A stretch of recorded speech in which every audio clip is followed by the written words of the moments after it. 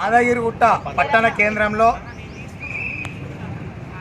జై Bhavani jewellery shop అధినేత చిత్తు అనే రాజస్థాన్ అతను కొన్ని సంవత్సరాలుగా ఇక్కడ బంగారం వ్యాపారం గిరిగాటు రైళ్లు పెట్టుకోవడం చేస్తూ ఉంటే కాయా కష్టం చేసుకొని పైసా కూడబెట్టుకున్నటువంటి మహిళా సోదరిమణులు మన అక్క చెల్లెళ్ళ లాంటి వాళ్ళు కొంతమంది అతని దగ్గర రైలు పెట్టడం బంగారాలు కొంతమంది వస్తువులు చేయడానికి అక్క చెప్తా ఉంటే బాగా 20 లక్షల రూపాయలు ఒక అక్క 18 లక్షల రూపాయలు ఇట్లా బంగారం చేయడానికి డబ్బులు కట్టడం రైలు పెట్టిన బంగారాలు కూడా డబ్బులు కట్టిపోయిన తర్వాత హైదరాబాద్లో లాకల్రా ఉన్నాయి సొమ్ములు ఇక్కడ ఉన్నాయి ఈ రోజు తెస్తా రేపు తెస్తా అని చెప్పేసి అన్ని పైసలు 30 నుంచి 35 కోట్ల వరకు ఎత్తుకొని వెళ్ళిపోయిందని చెప్పేసి 3-4 రోజులుగా యాదగిరిగుట్టలో ఆందోళనకు గురవుతారని చెప్పేసి తెలిసి వాళ్ళకు కూడా మేము మద్దతు తెలియజేయాలని చెప్పేసి ఓం విశ్వకర్మ టీవీ ఛానల్ తరఫున హైదరాబాద్ నుంచి రావడం జరిగింది.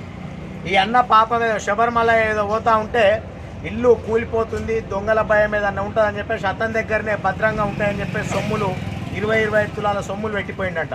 మొత్తం ఎత్తుకొని వెళ్ళిపోవడం జరిగింది.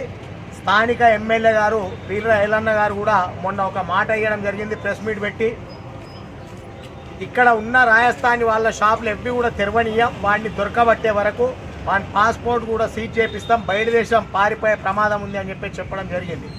కానీ ఈ రోజు ఇక్కడికి వచ్చే వరకు పక్కనే ఉన్నటువంటి ఇంకొక రాజస్థానీ బంగారం షాపు ఓపెన్ చేసి గిరాకీ చేస్తూ ఉంటే ఇక్కడ ఉన్న ఎవరైతే బాధితులు ఉన్నారో వాళ్ళందరూ అక్కడికి వెళ్ళి మీరు ఏ రకంగా షాపులు తీస్తారు మాకు ఎమ్మెల్యే గారు మాట ఇచ్చారు పోలీసు వాళ్ళు మాట ఇచ్చారు కదా ఎట్లా తీస్తారంటే పోలీసు వాళ్ళు రావడం జరిగింది వచ్చి వాళ్ళని అక్కడి నుంచి పంపించి మళ్ళీ షాప్ బంద్ చేయించడం జరిగింది.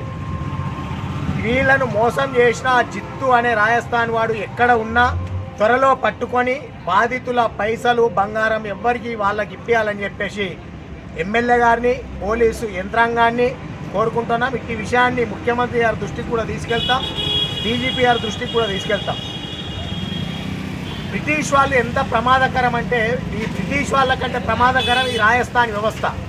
ఇక్కడ ఉన్న లోకల్ వ్యాపారాలలోకి అన్నిట్లో చొరబడ్డారు వాళ్ళు. కిరాణా షాపులు వాళ్ళే బట్టల షాపులు వాళ్ళే చెప్పుల షాపులు వాళ్ళే మొబైల్ షాపులు వాళ్ళే టిఫిన్ సెంటర్లు వాళ్ళే బంగారం షాపులు వాళ్ళే హార్డ్వేర్ షాపులు వాళ్ళే ఫర్నిచర్ షాపులు వాళ్ళే అన్ని బిజినెస్లలో చొరబడి ఇక్కడ పుట్టి పెరిగినటువంటి కుల వృత్తిదారులకు ఇక్కడ పుట్టి పెరిగిన వ్యాపారస్తులకు వ్యాపారాలు దెబ్బతీస్తూ జీవనోపాధి లేకుండా చేస్తూ ఎక్కడి నుంచో వచ్చి ఇక్కడ ఉన్న వాళ్ళని డబ్బులు ఎత్తుకపోతూ ఉన్నారు. కాబట్టి ప్రభుత్వం కూడా ఒక్కసారి దృష్టి సారించి ఉన్న వాళ్ళే ఉండని కొత్త వాళ్ళు రాజస్థాన్ నుంచి వాళ్ళు ఎక్కడ వాళ్ళు వచ్చినా ఇక్కడ కొత్త వాళ్ళకి షాపులు పెట్టనీయకుండా కుల వృత్తులు దెబ్బతినకుండా కూడా చూడవలసిన బాధ్యత ప్రభుత్వం పైన కూడా ఉంది అని చెప్పేసి కోరుకుంటూ సెలవు తీసుకుంటాం.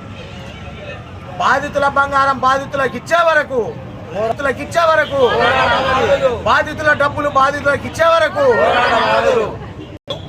ఈ రిలే నిరాహార దీక్షకు కూడా చుట్టుపక్కల మండలాల వాళ్ళు అన్ని రకాల వ్యాపారస్తులు రోజు ఒక మండలం వారిగా వాళ్ళకి మద్దతు తెలియజేసినట్టయితే వాడు ఎక్కడున్నా పట్టుకొని వచ్చి వాళ్ళ డబ్బులు వాళ్ళకి ఇవ్వాలి. వాళ్ళ దగ్గర డబ్బులు లేకపోతే రాజస్థాన్ వాళ్ళు ఎంతమంది అయితే ఉన్నారో వాళ్ళ తలాయిని కూడబెట్టి వీళ్ళని ఆదుకోవాలని చెప్పి కోరుకుంటారు.